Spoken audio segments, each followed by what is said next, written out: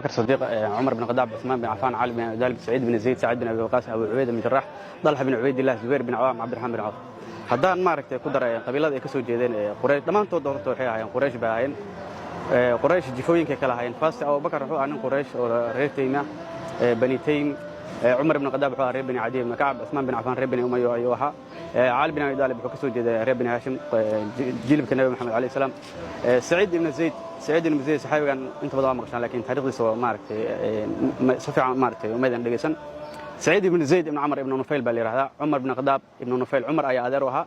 عمر بن الخطاب ولاش فاطمة بنت الخطاب أيو قبي اسمه ولاش عاتكة بنت زيد وحمر قبي عمر بن الخطاب إنك صار عمر وكجهري عبد الله بن بكر الصديق مالنت معركة الطائف كشيدة عبد الله بن أبي بكر هرتيس نحاول قرص عمر ولالك زيد بن الخطاب صقروا في معركة اليمامة يا قبل عاتكة وسعيد الله ضلت قرصه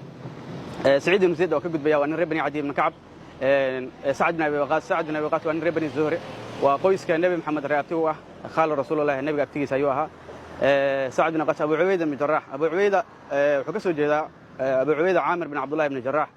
قبيل كليرا ربني فهري وقبيل كوكد شقائد كي معسكر كمسلمين عقبة إنه نافع الفهري أبو عبيدة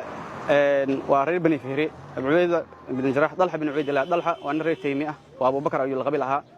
قويسهان وربني تيمي wuxuu ka soo jeedaa qoyska Abu Bakar marna Abu Bakar Sadiq gabadhiisa Umm Kalsoom bint Abu Bakar Sadiq ayuu qabay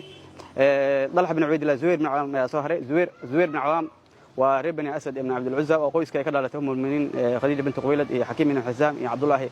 ibn Maktum qabiilka ka soo jeedaan ayuu la qabiilaha marna caa'ilo hoose adiga ay wadaageen Zubayr bin Awam Abdurrahman bin Auf waa reer bani Zuhra waa qoyska isna nabiga alayhi salaam reebtii u ahaa